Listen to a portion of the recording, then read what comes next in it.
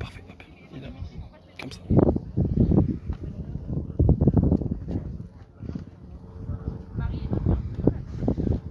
Donc nous sommes aujourd'hui en direct du Pic Saint-Loup, près de Montpellier. Nous nous sommes rendus aujourd'hui sur place, très tôt le matin, pour venir tout d'abord constater le sabotage et l'attentat sur cette croix du Pic Saint-Loup. Des tags ont été retrouvés. C'est probablement un coup de laïcs, d'anticléricaux ou de l'ultra-gauche. En tout cas, pour l'instant, on n'a pas de nouvelles de cette enquête. Nous avons collaboré aujourd'hui à reconstruire provisoirement une croix. En effet, la croix est un symbole d'espérance, la croix est un symbole de foi. Elle transcende les clivages, elle n'est pas simplement l'apanage des catholiques français, mais elle est un symbole pour tous les pèlerins, pour tous les Montpelliérains, mais aussi pour tous les Provençaux et pour tous les Français.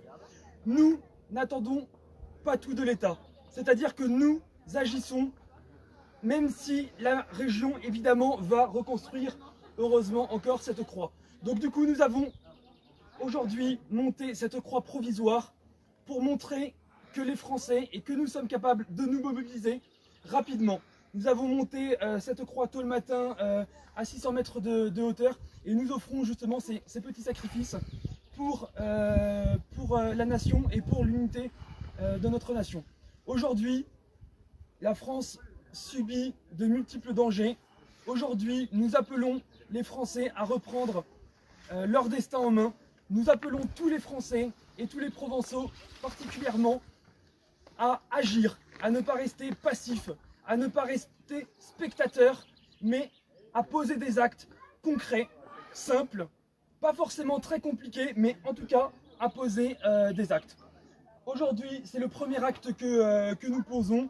Nous sommes un petit peu excentrés d'Aix-en-Provence, mais en tout cas, nous avons à cœur, une fois de plus, de défendre notre héritage, de défendre nos traditions, et nous envoyons à tout le monde, nous voulons envoyer à tout le monde un message d'espoir et d'action.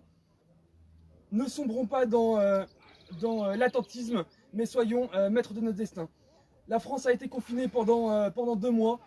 Pendant 2 mois, les Français ont été privés de liberté pour combattre ce coronavirus. Aujourd'hui, nous les appelons à agir, nous les appelons à l'action, nous les appelons à reprendre leur destin en main.